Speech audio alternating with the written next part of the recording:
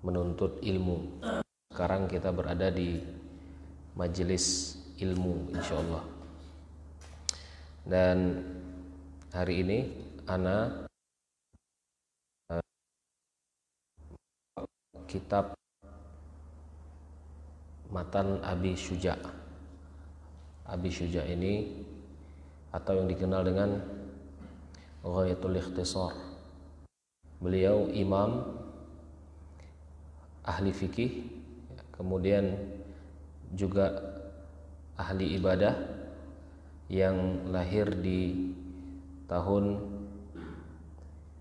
434 Hijriah. Jadi imam lama ini ya. Beliau menulis kitab yang ringkas untuk memudahkan kita mempelajari pendapat fikih mazhab Imam Asy-Syafi'i. Pertama kita harus tahu dulu ya fikih itu apa. Ya, karena kita mempelajari fikih. Apa fikih itu? Jadi jangan sampai kalau kita tidak tahu apa itu fikih. Fikih itu adalah kesimpulan hukum syar'i. Fikih itu adalah kesimpulan hukum syar'i. Contohnya, kalau kita ditanya, sholat 5 waktu, apa itu? Hukumnya wajib. Wajib ya? Maka wajib itu mendapatkan fikih. Dan itu diambil dari dalil-dalil syar'i. Apa dalilnya? Al-Quran, kemudian sunnah. Sunnah itu perkataan Rasulullah atau hadis. Kemudian yang ketiga ijma. Ijma ini kesepakatan ulama, itu dalil juga. Kemudian yang keempat qiyas, bisa disebutkan. Jadi hukum-hukum yang ada di dalam kitab fikih itu pasti diambil dari dalil syar'i. Dalil syar'inya adalah Al-Quran dan sunnah. Begitu juga dengan perkataan-perkataan ulama. Apa yang sudah kita lakukan, ibadah-ibadah yang sudah kita lakukan itu sudah benar. Sholat kita itulah benar.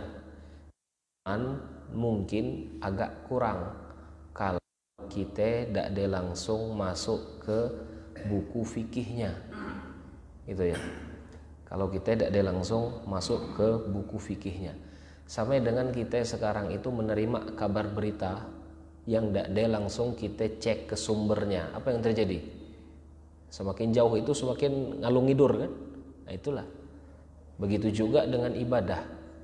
Ibadah yang kita lakukan kalau kita tidak diambil langsung dari sumber fikihnya, sumber ilmunya, yaitu buku ya, dan juga perkataan para ulama, itu nanti kita beribadahnya ngalung ngidur lah.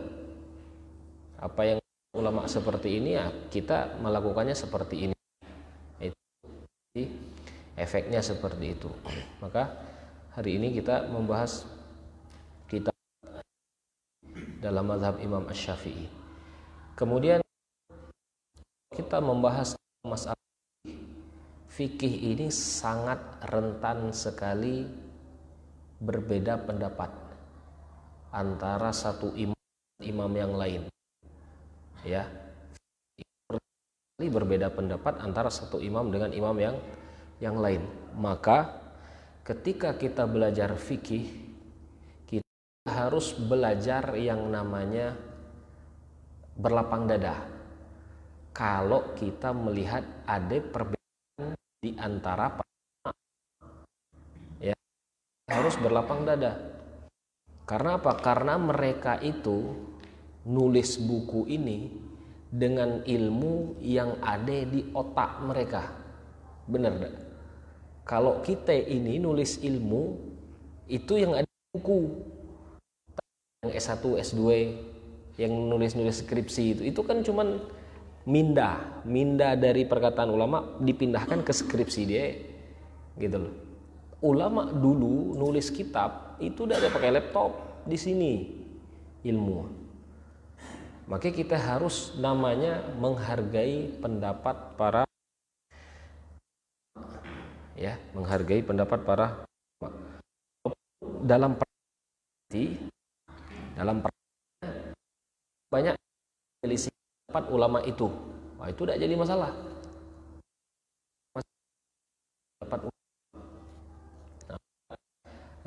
Di malam ini kita akan khususkan pendapat dalam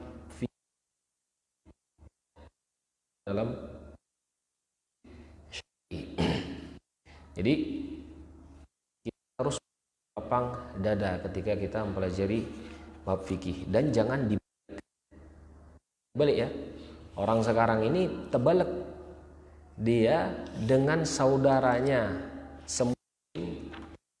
itu sinis nengok, ini lain ibadahnya. Tapi kalau dia dengan non muslim itu toleransi, sampai kalau orang tuh ibadah kita ngikut uge bener.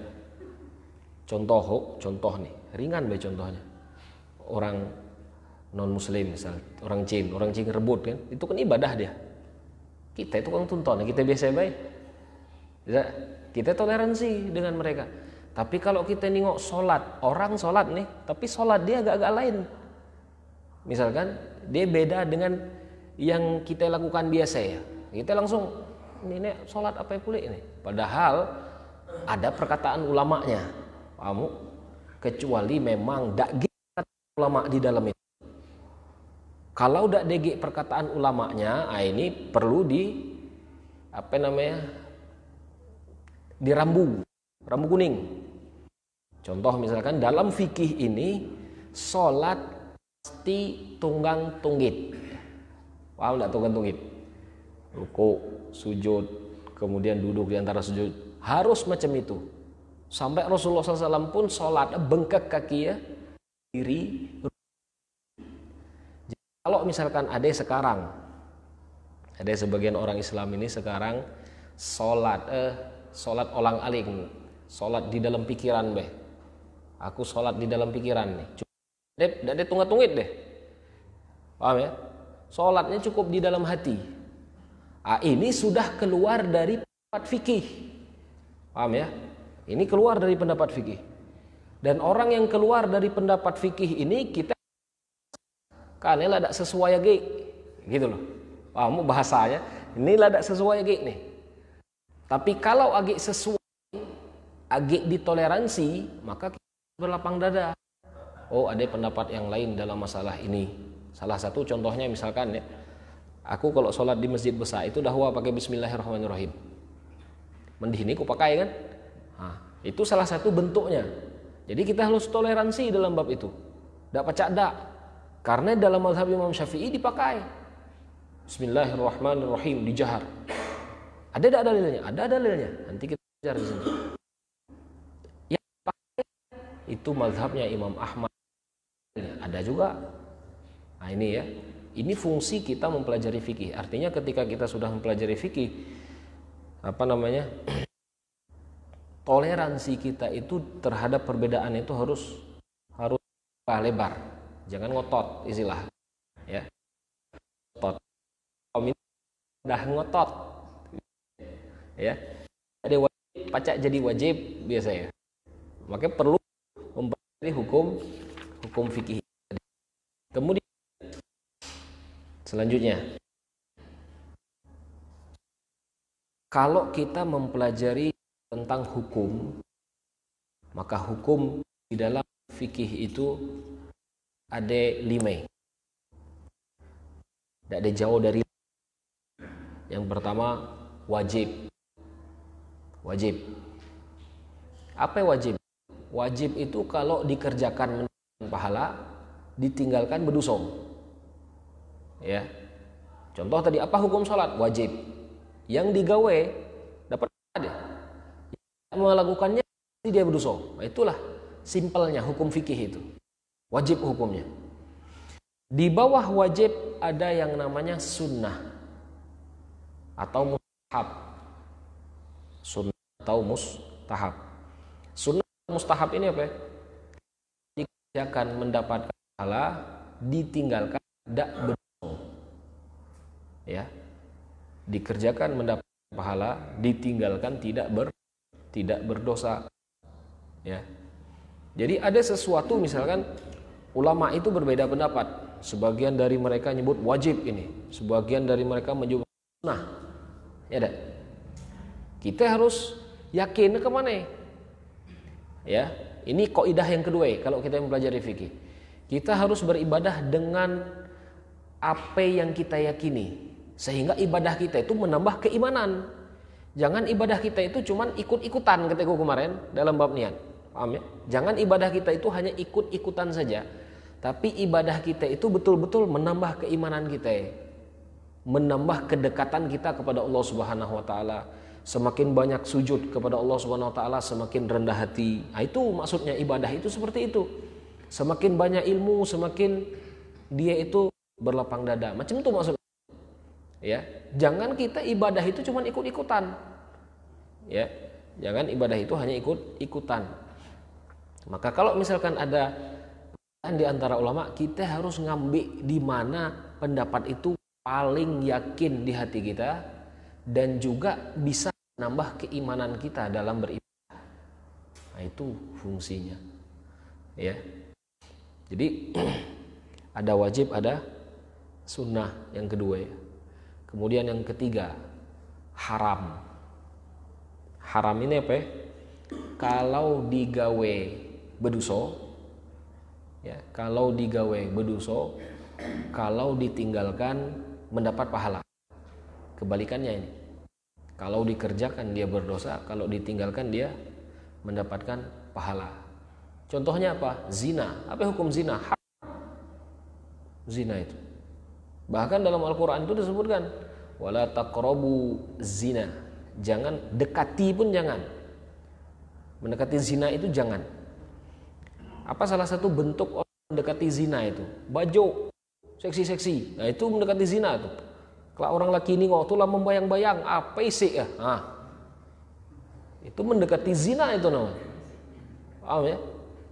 Nah, Allah itu menyuruh jangan mendekati zina. Orang yang melakukan zina dosa besar dia. Dosa besar. Orang yang meninggalkannya mendapatkan pahala. Bahkan Allah itu menyebutkan dalam Rasulullah SAW pernah menyebutkan seperti ini. Sesungguhnya Allah itu menaungi seorang nanti di hari kiamat nanti. Ini dahsyat kiamat ya. Kita tidak pernah melihat sesuatu seperti kiamat. Kiamat ini masuk rukun iman kan? Rukun iman yang berapa ya? Yang kelima. Iman yang kelima ini dengan hari akhir atau kiamat. Berik-berik kini banyak lah tak tahu lagi rukun iman yang kelima itu apa ya. Saking dia mungkin error server terlalu banyak nengok HP, lah tak tahu lagi rukun iman yang mana. Jadi di hari kiamat itu dahsyat gitu. Dan Rasulullah SAW menyebutkan di hari memberi salah satunya kepada siapa? Kepada seorang laki-laki. Ketika ada perempuan ini, perempuan ngajak dia zina. Perempuan ngajak dia zina. Perempuan ngerayu dia, ngajak laki-laki itu zina. Apa kata laki-laki itu? Ini akhafullah, aku takut kepada Allah. Nah, itu dia. Men kita ini mungkin menengok yang macam itu kecet harapan. Pacak kalah kita menengok macam itu tuh. Ya, nauzubillah tapi ya. Nauzubillahi min zalika. Maka tinggalkan mendapat pahala. Jika dikerjakan dia berdosa, itu haram namanya. Di bawah haram ada yang namanya makruh. Makruh itu apa ya? Jadi kalau aku akan menggunakan apa namanya istilah-istilah ini lah. Apa hukum ini? Makruh. Jadi harus tahu apa maksudnya. Apa hukumnya? Haram. Apa hukumnya? Wajib, sunnah. Jadi kalau kita akan banyak menggunakan apa namanya istilah-istilah seperti ini. Ya. Makruh ini di bawah haram tingkatannya. Ya, makruh ini di bawah haram tingkatannya. Dikerjakan dia tidak berdosa. Makruh ini dikerjakan tidak berdosa, ditinggalkan mendapatkan pahala. Ya. Makruh ini ditinggalkan mendapatkan pahala, dikerjakan tidak berdosa. Ya. Salah satu contohnya misalkan kalau kita ambil dalam bab fikih ini adalah berwudu dengan air yang dipanaskan. Wudu pakai anget. Entah dianget pakai materi atau dianget pakai gas. Kita wudu pakai air itu. Hukumnya makruh. Hukum. Kenapa makruh? Karena ada riwayat yang menyebutkan yang berwudu pakai air anget itu bisa menyebabkan penyakit di badan. Tapi tidak tahu sahih dak. Entah menyebut penyakit atau tidak tahu. Karena para ulama itu meriwayatkan kalau kita ini meneliti biasanya, benar peda air anget ini pacak mut penyakit ketika wudu, benar dak?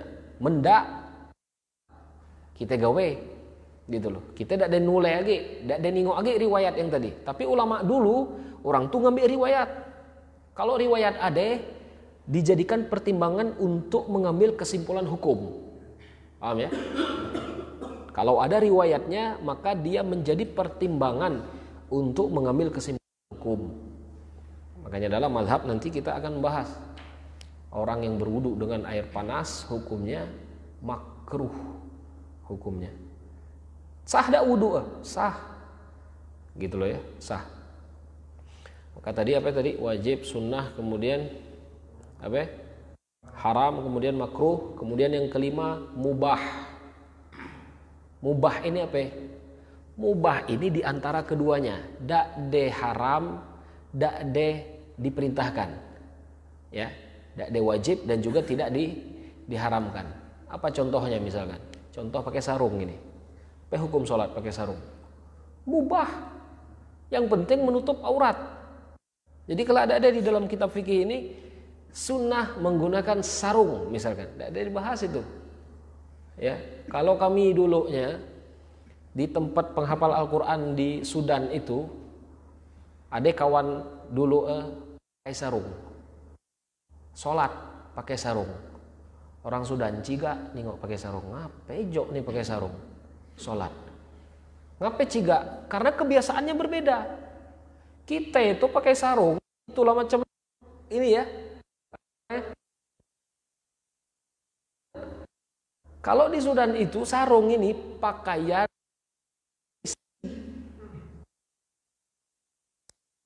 di kepala ya, kayak lupa mandi wajib deh nih.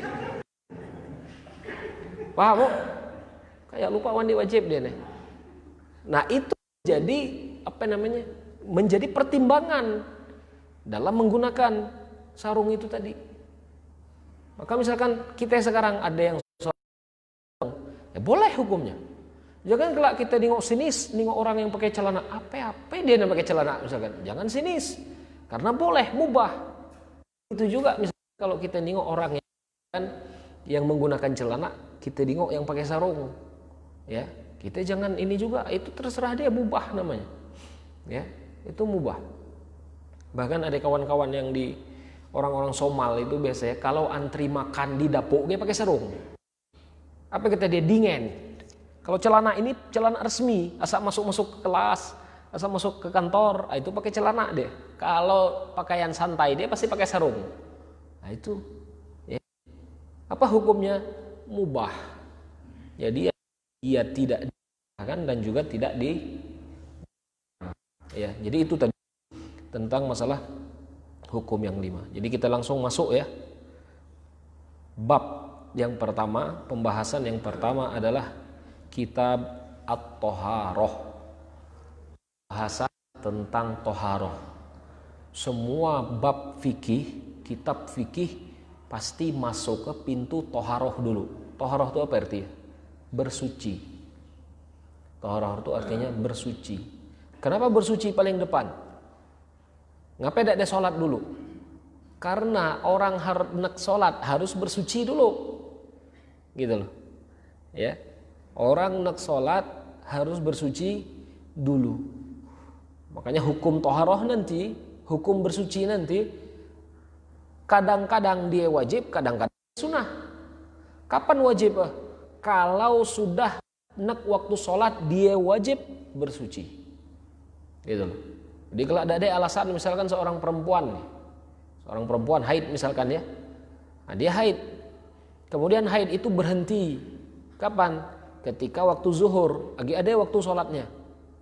Wajib tidak dia mandi? Wajib, karena sholat itu wajib bagi dia setelah haid itu berhenti. Jangan kelak lah mandi asar tidak ada baca berdosa deh. Ya, nah ini. Dan ada kaidah fikih yang menyebutkan ma la yatimmul wajib illa bihi fahuwa wajib. Sesuatu yang wajib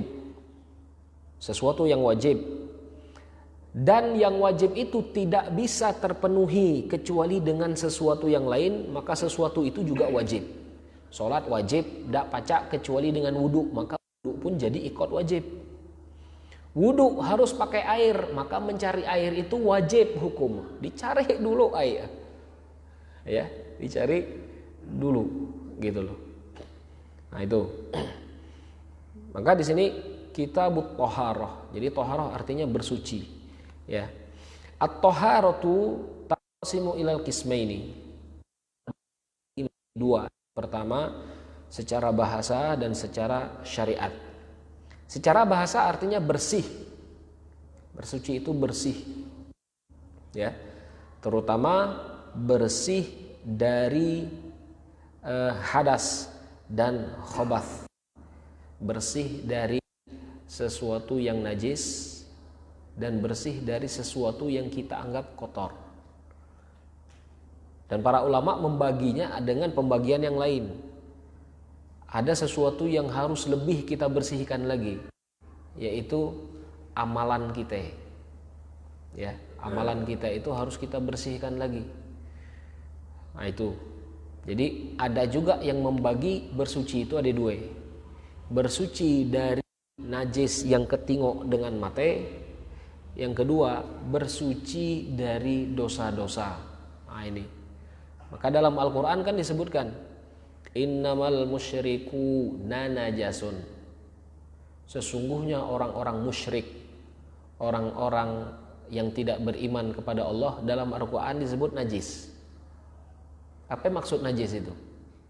Najis apa ya? Najis amalan dia, karena dia tidak beribadah kepada Allah.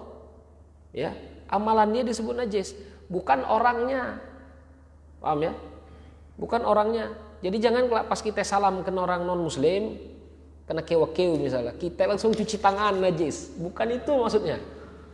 Karena najis di situ maksudnya adalah najis maknanya. Ya, perbuatan dia itu yang disebut najis. Karena dia kafir kepada Allah, dia tidak beriman kepada Allah, amalan-amalan dia jelek, nah, disebut najis juga. Nah, orang-orang mukmin seperti itu juga ketika dia melakukan perbuatan-perbuatan yang keji. Jadi dia itu kotor, dikotori oleh amalan-amalan yang tidak baik. Cara bersucinya adalah dengan taubat, perbanyak istighfar, kemudian perbanyak ibadah. Nah itulah cara membersihkannya. Kemudian yang kedua itu adalah bersuci dari najis-najis yang terlihat. Ya, contoh kencing harus bersuci. Macam mana cara bersucinya? Becibok. Nah itu ya. Ada ancamannya orang yang kencing tidak becibok. Ada ancamannya. Ya, ada ancamannya. Salah satunya apa? Dia kena azab kubur. Orang yang kencing tidak becibok kena azab kubur. Hati-hati. Oke, kita orang laki ini gelang kencing masing-masing nih.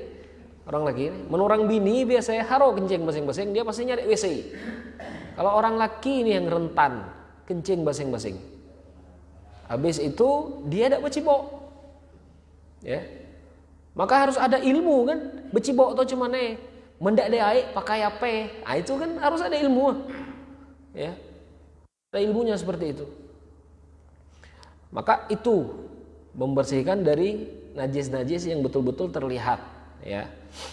Seperti berwudu, mandi, dan membersihkan bekas-bekas najis yang menempel ataupun di suatu ya. Kemudian kalau kita berbicara tentang bersuci, maka yang harus kita bahas juga adalah alat untuk bersuci. Benar enggak? alat untuk bersuci. Karena bersuci di sini disebutkan 3 caranya. Yang pertama adalah dengan cara mandi, yaitu dengan mandi ini digunakan untuk bersuci dari hadas-hadas besar, ya, ataupun ketika kita itu berhadapan dengan najis-najis yang berat, yang banyak, sehingga kita itu tidak pacak hanya sekali 2 kali, maka harus mandi, ya. Kemudian dengan wudu, itu juga disebut bersuci. Begitu juga dengan tayammum, disebut juga bersuci. Maka alat untuk bersuci yaitu air, ya. Maka di sini Syekh menyebutkan air al-miyah allati tajuzu at-tathiru biha sab'u miyahin. Air jenis-jenis air yang boleh digunakan untuk bersuci ada 7 macam. Kita sebut siko-siko. Yang pertama, air hujan. Air hujan, ya. Apa kata Allah? Wa yunazzilu 'alaikum minas sama'i ma'an liyutahhirakum bihi. Kami menurunkan untuk kalian itu air dari langit supaya kalian itu bisa bersuci dengannya. Itu. Air hujan ini bisa digunakan untuk bersuci, wudu, mandi, bisa. Air hujan ini juga bisa untuk membersihkan diri dari jeratan setan. Kalau bahasa lainnya untuk ruqyah, pacak oge air hujan itu. Ruqyah, orang yang bermasalah dengan jin dan setan. Minggu kemarin kita nyebut dukun kan, mendukun dia pakai jampi-jampi, pakai ayam hitam, pakai telur ayam kampung, buang apa itu dukun. Ya. Tapi kalau dalam ilmu ruqyahnya air hujan itu bisa digunakan wasilah juga, air hujan. Karena Allah menyebutkan air hujan itu adalah air yang berkah. Ya, tapi nengok kondisi juga, posisi tengah demam jangan mandi hujan, pacak demam boleh. Tengok kondisinya. Kata Ustaz mandi hujan untuk ruqyah, tapi posisi badan demam, ujung-ujungnya syariat salah. Bukan ke syariat salah, cara nggawe salah. Paham ya? Cara nggawe salah. Jadi mencari nggawe salah, jangan syariat yang disalahkan. Ya, jadi seperti itu. Jadi air hujan. Dalam perang Badar. Perang Badar ini kan jumlah orang muslim itu berapa? 313 melawan orang-orang 1000 banyak. Dan posisinya mereka itu puaso, bayangkan puaso. Ya. Sebagian pasukan tuh ada yang ngantuk deh, lemes. Posisi badan puaso, ngantuk. Allah menyebutkan datangnya ngantuk ketika perang itu dari setan, ya, dari setan. Oke, kalau misalkan kita asa dekat waktu sholat ngantuk, itu ngantuk normal, itu ngantuk yang tidak pada waktunya itu, ngantuk dihembus setan, ngantuk, nah itu tidak normal. Perang Badar pun seperti itu, ketika itu pasukan tuh ngantuk, ya. Maka Allah sebutkan dalam Al-Quran, dan kami turunkan air hujan untuk kalian. Untuk apa? Liyudhiba ankum rijzas syaitan. Untuk menghilangkan rijzas syaitan, kotoran-kotoran, godaan-godaan setan yang ada di diri kalian itu. Jadi rasa ngantuk yang disebabkan setan ketika perang itu hilang ketika air hujan, bor hujan, kan terang tuh. Ketika hujan itu langsung jelas pulih mata. Itu juga bisa digunakan air hujan makanya. Ya. Jadi air hujan itu adalah salah satu air yang bisa kita gunakan untuk bersuci. Ya. Untuk berwudu bisa, untuk mandi juga bisa. Ya, untuk mandi juga bisa. Dan dia mensucikan, arti sah wudu pakai air hujan. Jangan kelak nanya kulit. Kalau dia dalam wudu, Padahal udah menaik hujan nih, udah lem wudu. Oh lawa, tadi pas menaik hujan. Ya. Sah dak wudunya? Sah wudunya. Pas kita menaik hujan misalkan ya. Kita menaik hujan, kita gasak muka kita, kemudian kita gasak tangan kita. Kemudian kita usap kepala kita dengan telinga kita. Kita cuci pula air dengan air hujan itu kaki kita. Sah dak wudunya? Sah wudu. Biar kita dak pakai cintong. Biar kita dak pakai keran, wudunya sah. Gitu loh ya. Karena wudu itu apa? Mencuci semua anggota wudu. Ya. Jadi kalau kita berwudu dengan air hujan sah. Ya, sah wudunya. Jadi tidak ada ceritanya air hujan itu tidak bisa menghilangkan hadas ya. Jadi dia sah. Kemudian yang kedua, air laut. Air laut. Air laut ini juga bisa digunakan untuk berwudu, bisa juga digunakan untuk mandi. Tapi kalau kita gunakan untuk mandi bersih-bersih, liket. Benar tak? Jadi bedakan mana mandi ibadah, mana mandi adat, kebiasaan. Kita ini kebiasaan mandi berapa kali sehari? 3 kali? Apa ya 2 kali? 2 kali yuk, ada yang 2 ada yang 3. Karena waktu kuliah itu kawan tuh nyebut, karena ngebes air mandi 3 kali. Waktu itu musim dingin. Musim dingin, mandi terus. Karena lah tuh biasa mandi. Kata dia ngebes air karena mandi musim dingin ini. Ya. Jadi ada mandi kebiasaan kita, ada mandi ibadah. Makanya niat kemarin apa fungsi ya? Membedakan ibadah dan kebiasaan. Kalau mandi kebiasaan jangan pakai air laut, liket, bahaya gatal. Kamu. Tapi kalau kondisinya di laut dan kita harus sholat, jangan jauh-jauh lari ke darat.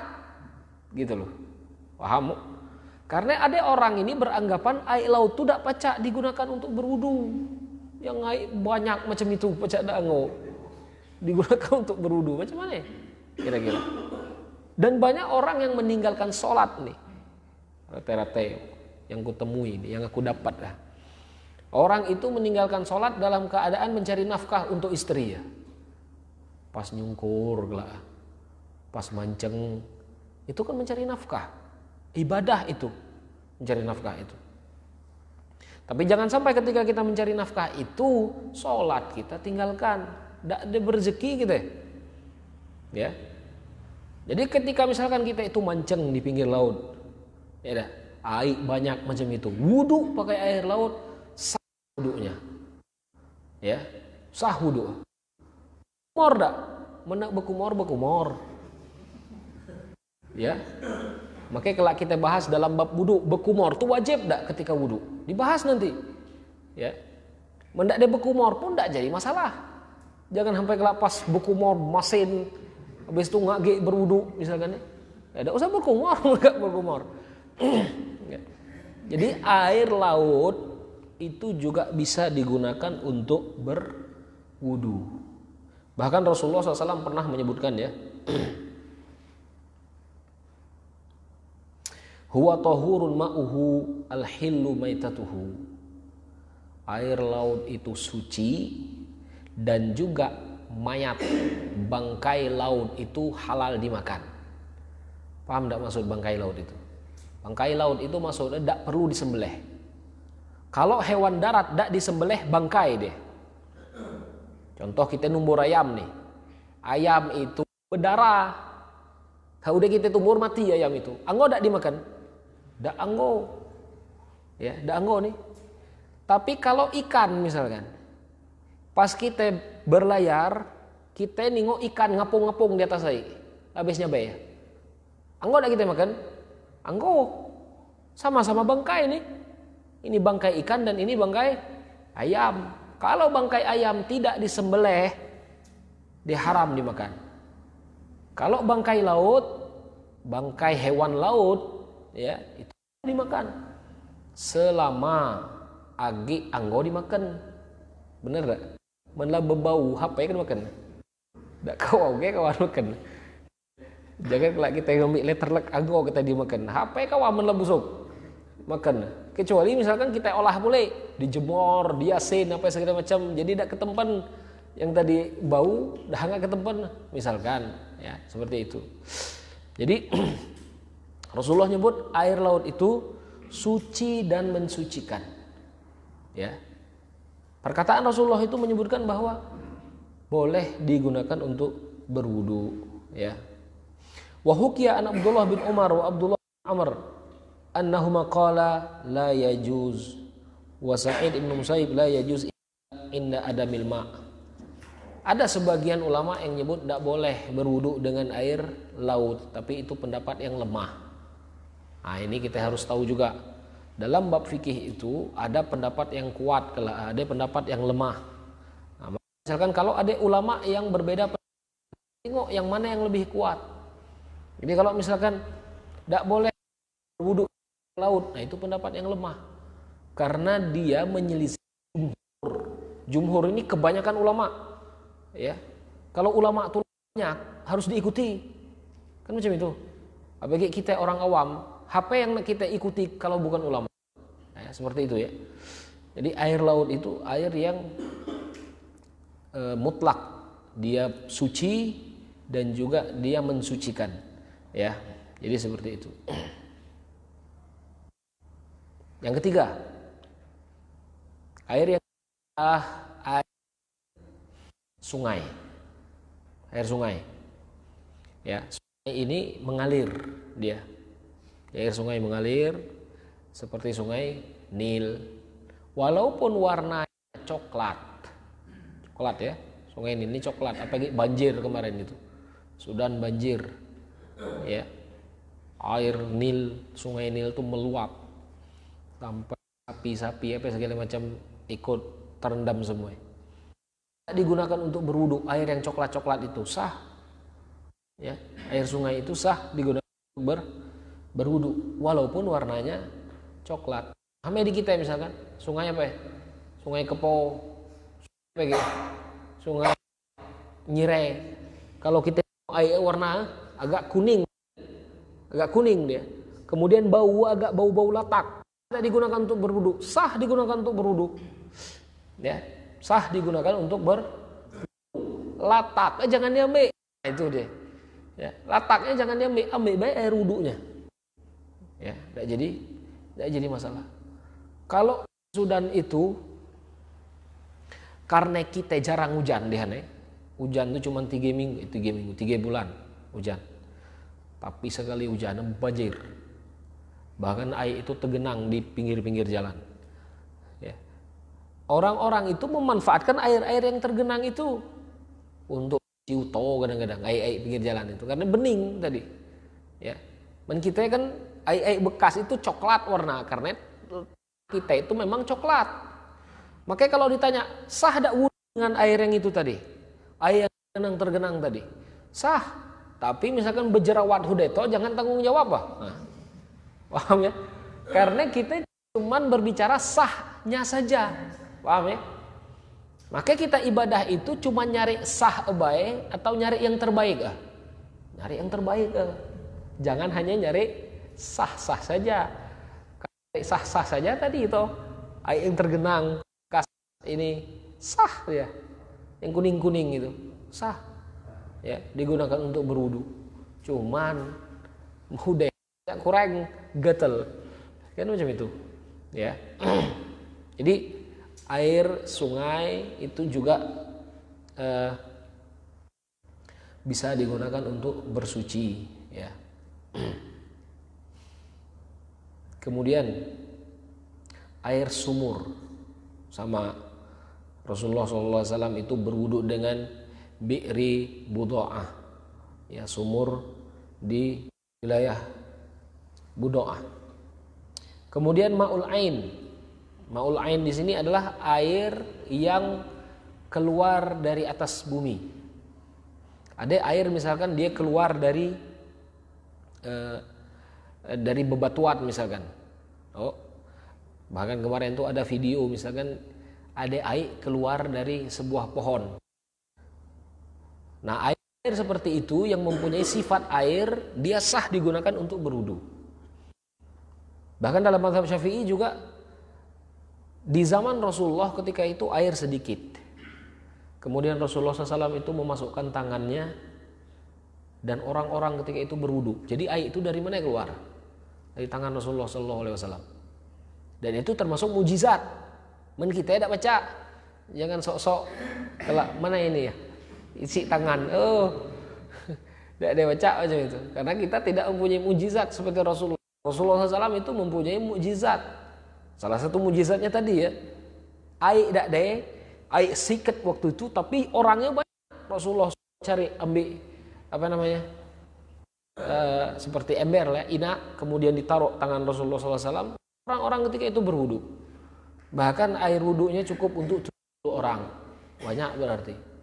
Tapi 70 orang itu bukan dengan wudu kita, karena wudu kita ini banyak mubazir ya. Wudu kita ini banyak mubazir karena jalan terus. Cuci muka, hiket nih, oke? Yang di sini nih, nambun lari ya. Paham maksud aku? Jangan disetel dengan wudhu kita. Wudhu Rasulullah SAW itu nanti ada sifatnya, hiket makaya ya. Rasulullah SAW dalam berwudhu itu sedikit menggunakan air. Kita ngerasa susah air kalau kita di negara yang memang harawai, ya. Aku lah udah berwudu itu hanya dengan air aqua yang gini nih. Lah udah. Karena emang air aqua ini lang dak ge air. Harus nyari mulai air. Jadi berwudu lah pakai air itu. Atau ketika haji misalkan. Atau ketika umroh. Yang belum ada kesempatan, mudah-mudahan Allah berikan kesempatan. Amin. Ketika di pesawat. Misalkan ya. Dak ada banyak, dak ada macam keran kita, dak ada macam itu. Airnya sedikit. Di pesawat itu. Apa kita ada wudu? Apa kita tayamum? Agi ada padahal minum aqua itu. Ya, agi ada air-air yang di toilet itu cuman kan sedikit air. Pacak tidak digunakan untuk berwudu, pacak. Ya. Kalau kita terbiasa banyak macam ini, ujung-ujung pas kita pindah ke tempat yang agak susah air, itu harus nyetel. Ya.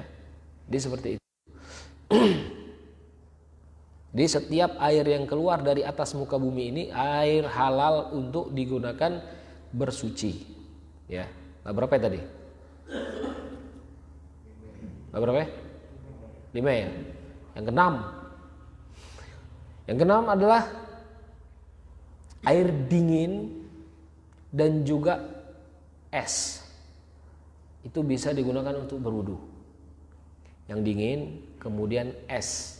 Bisa digunakan untuk berwudu. Kalau kita ini salju dak deh. Kalau kita salju dak deh, yang ada salju kulkas ada ya. Benar kan? Salju kulkas ada. Kalau sah dak wudu, misalkan, misal ini. Bab fikih ini harus banyak-banyak menerawang, maksud aku. Memperbanyak misal, contoh-contoh. Contoh macam ni, walaupun belum terjadi kita itu harus banyak menerawang. Ya, jadi macam itu. Ada tak kemungkinannya kita itu pakai salju es kulkas tuh kira-kira? Ada tak kemungkinan? Kecil kemungkinannya ya. Kemungkinannya kecil, tapi kita bahaslah. Ya, misalkan air dak deh. Musim kemarau. Ya. Misalkan air dak deh, air pamati uga misalkan. Pas waktu itu waktu sholat. Waktu itu waktu sholat. Bertepatan juga kan kita itu nak ngembersai kulkas yang salju lah penuh. Oh, lauk lah kebayang kok. Berarti ada kemungkinan kan? Kemungkinannya seperti itu misalkan. Nah, kita ini memilih tayamum atau menggunakan tadi itu salju-salju yang di kulkas itu tadi. Pakailah salju-salju kulkas, kikis tek berwudu lah pakai air itu. Ya. Boleh enggak? Boleh. Kalau ditanya boleh, boleh. Ya, karena es itu dia juga dari air. Dan es itu kan kalau kita air berai tak di sini? Berai kan? Kalau kita gosok macam ni berai tak? Berai. Ya. Jadi dia juga bisa digunakan untuk berwudu. Oh, dia bisa digunakan untuk berwudu. Jadi ini adalah air-air yang bisa digunakan untuk berwudu. Ngapa kita bahas air-air ini? Jadi ketika misalkan orang itu dalam keadaan memilih, dia tidak ada air yang biasa dia gunakan, tapi dia ada air-air yang lainnya, maka dia harus menggunakannya untuk bersuci, terutama ketika dia ingin melakukan sholat. Kalau dari sholat sih tidak ada masalah, ya. Kalau dari sholat tidak jadi masalah. Ada juga misalkan dalam keadaan seperti ini, ya, kita posisi lo mandi dikit misalnya, sedangkan kita juga belum sholat, maka yang lebih dipentingkan itu berwudu menggunakan air itu. Jangan kelak kita aku mandi dulu lah, ya dah. Apalagi mandi biasa tadi, bukan mandi yang ibadah, cuman mandi biasa. Harus mementingkan wudu untuk sholat terlebih dahulu. Maka dalam kita fungsi mempelajari fikih ini, kita harus tahu mana yang lebih penting, mana yang penting, mana yang wajib, yang sunnah, itu ya. Jadi misalkan kalau kita diberi pilihan, kita ini lebih baik tidak ada wudu atau berwudu dengan salju yang ada di es, pilihannya dua. Berwudu yang dengan salju yang ada di batu es itu, ya. Ataupun ada batu es nih, yang tidak berwudu, tidak jadi masalah, boleh, ya. Atau misalkan kita posisi di atas bagan, misal yang mancing nih, di atas bagan misalkan, air di laut di bawah, kita tidak kawah berwudu ke air laut itu, tapi ada air ikan tadi, batu es ikan, anyer kan, anggo tidak untuk berwudu, tapi bau gitu loh, boleh berwudu dengan es ikan itu, tidak masalah, ya, sah tidak, sah wudu. Jadi kita nanti akan diberikan pilihan-pilihan yang seperti itu ketika kita mempelajari ilmu fikih, ya. Sampai sini ada pertanyaan enggak? Karena kayak agak dekat iso nih. Pakai es tadi harus cairkan es. Enggak perlu. Menggunakan es itu harus cairkan enggak? Kita megang es tuh kira basah tangan kita. Benar kan? Nunggu es itu cair lama ya boleh uang posisi. Jadi misalkan batu es itu kita pegang. Kami dulu SMP udah makan cuci tangan, tau kan ke WC SMP ya. Batu es yang beli es itu dipegang. Udah toh. Nah, itu dulu macam itulah. Ya. Batu es itu kita pegang, kita gunakan untuk berwudu, langsung cuci tangan itu. Ya, kemudian langsung dengan itu juga taruh es, langsung usap mukanya. Habis ketika itu pegang pulih. Macam bahabun nih. Silakan. Enggak jadi masalah, sah enggak? Sah wudunya. Wudunya tetap sah, ya. Ada pertanyaan enggak? Yang lain?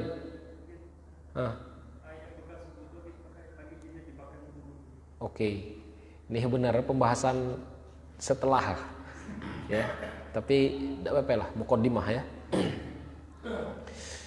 Tadi misalkan kalau kita berwudu dengan air es tadi ya, itu kan ada kemungkinan bekas-bekas di sini kita gunakan lagi. Nah, itu yang disebut dengan air mustakmal. Air mustakmal itu namanya air yang sudah dipakai untuk bersuci. Air bekas wudu. Jadi contoh macam ni. Ku wudu nih, di sini di sini centong ya ataupun ember. Ku wudu macam ni nih. Kemudian atau jatuh ke ember itu, ya. Kemudian ku ambil pulih, jatuh pulih ke ember ini, gitu loh. Air itu apakah boleh untuk digunakan wudu lagi? Jumhur ulama nyebut boleh. Jumhur ulama nyebut tidak boleh. Ada tidak dalilnya? Dalilnya. Rasulullah SAW itu menyebutkan jangan kalian mandi di air yang tergenang. Air yang tergenang itu arti air yang tidak berjalan. Ya, di dalam ember tergenang deh, dalam kolam tergenang deh. Maka Rasulullah SAW itu nyuruh macam ni, kalau kita berhadapan dengan air yang tergenang, maka gunakanlah gayung ataupun ambil airnya, tap, baru kita di luar maka ya, jangan sampai masuk lagi ke dalam. Itu dalil ulama yang menyebutkan bahwasanya air mustakmal itu tidak boleh untuk digunakan untuk berwudu tadi. Tapi ada pendapat Dan ini mazhabnya Syafi'i. Dalam mazhab Syafi'i ini memang tidak boleh menggunakan itu. Tapi misalkan ada percikan-percikan misalkan ya, kumandi ini, percikannya sedikit masuk ke air yang banyak itu bukan mustakmal namanya. Paham? Percikan yang sedikit itu masuk ke rombongan air yang banyak tadi, itu bukan mustakmal. Air ini bukan mustakmal nih. Yang mustakmal itu yang jatuh dari badan aku ini. Nah itu yang tidak boleh lagi untuk digunakan berwudu, gitu loh. Tapi sebagian ulama yang lain menyebutkan air mustakmal itu boleh digunakan untuk berwudu. Ini ku kasih pendapat yang lain, ya, pendapat non Syafi'i. Kalau Syafi'i tetap air mustakmal itu tidak pacak digunakan. Kalau Syafi'i ini. Kalau yang non Syafi'inya, siapa yang non Syafi'i ini? Salah satunya adalah mazhabnya Imam Malik, mazhabnya Imam Ibnu Taimiyah. Nah, itu menyebutkan air mustakmal itu dia boleh digunakan untuk bersuci. Ada tidak dalilnya? Nih dalil. Yang pertama, Rasulullah SAW itu mandi dengan istrinya dalam bak. Kemudian istrinya nyebut, ya Rasulullah, air ini bekas aku mandi junub. Kemudian Rasulullah SAW itu menyebutkan, sesungguhnya junub itu tidak menajiskan air itu. Nah, itu dalil yang pertama. Dalil yang kedua, Rasulullah SAW itu pernah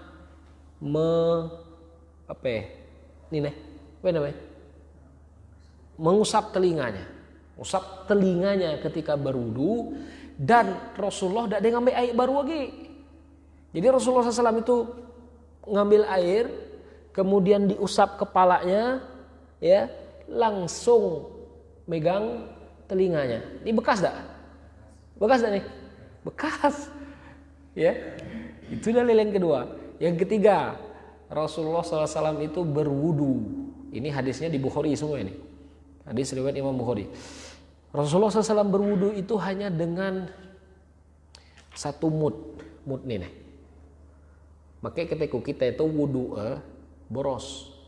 Rasulullah SAW itu berwudu hanya dengan satu mud itu macam ni. Arti hadikat. Macam mana menggunakan air yang macam ini hadikat? Benar tak? Artinya sedikit demi sedikit. Hadikat, kemudian usap, cep, usap ke semuanya. Kan mustakmal nih. Udah nyuci ini boleh. Mustakmal dia. Makanya ada ulama yang menyebutkan air mustakmal itu boleh digunakan untuk bersuci selama sifat air itu tidak berubah. Apa sifat air itu? Rasanya tawar. Kemudian baunya agak bau air. Kemudian yang ketiga warnanya, gitu loh ya. Warnanya masih warna air. Nah, itu kecuali dia lah berubah. Misalkan kita berwudu nih, ada jerawat berdarah jerawat, adalah berubah, jangan digunakan lagi. Ambil baru. Ya, ambil baru. Ya. Kemungkinan tidak seperti itu, ada kemungkinan seperti itu. Karena aku dulu punya kawan ada jerawat besar, kena tempilan pecah jerawat. Oh, nak gua. Dibersihkan, ya. Jelas ya? Insya Allah jelas. Ana sendiri ya berpendapat rasanya air mustakmal yang karena kemungkinan kecil kita itu mengumpulkan air mustakmal bekas kita itu dalam satu tempat.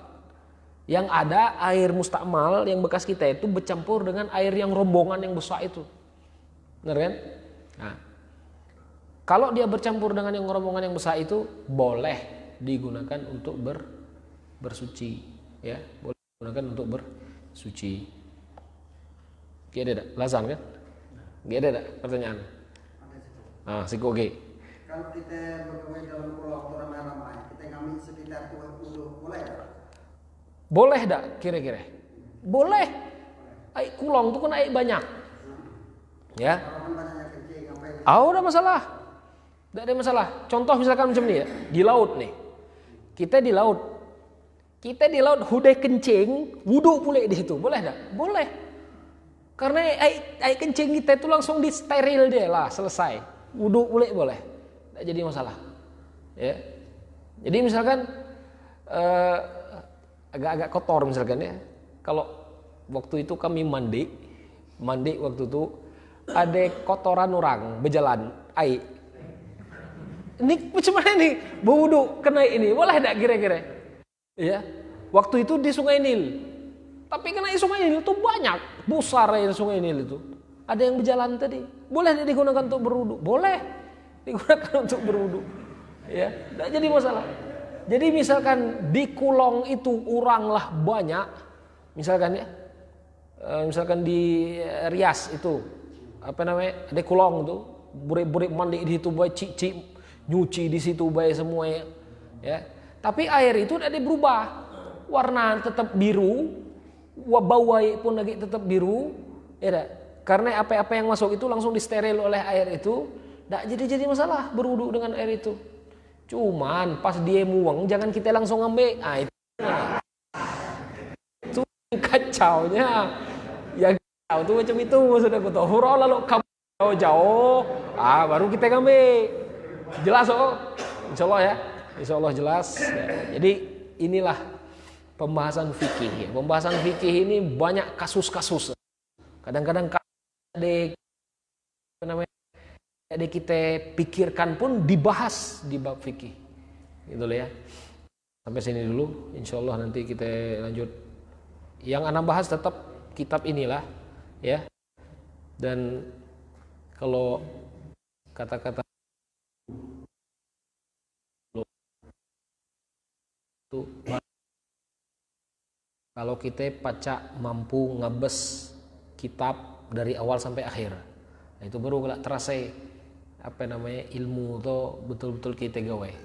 Ya, jadi Allah kalau kita rutinkan tiap malam Jumat, karena kawan-kawan pun tidak ada jauh, yang jauh-jauh sampai luar-luar itu baru nuai gile jauh. Jadi insya Allah kalau tiap malam Jumat kita bahas di sini, dan kitabnya ya kitab inilah, kitab fikih dalam mazhab Imam Syafi'i, ya. Jadi kalau misalkan ada nyebut aku Syafi'i tapi praktek agak-agak beda, berarti dia ngambil Syafi'i kulit, tidak ada Syafi'i dalam, ya. Jadi macam itu. Kita tutup dengan kafaratul majlis. Subhanakallahumma bihamdika la ilaha illa anta astaghfiruka wa atubu ilaik. Semoga apa yang kita bahas hari ini mendapatkan Allah Subhanahu wa taala. Assalamualaikum warahmatullahi wabarakatuh.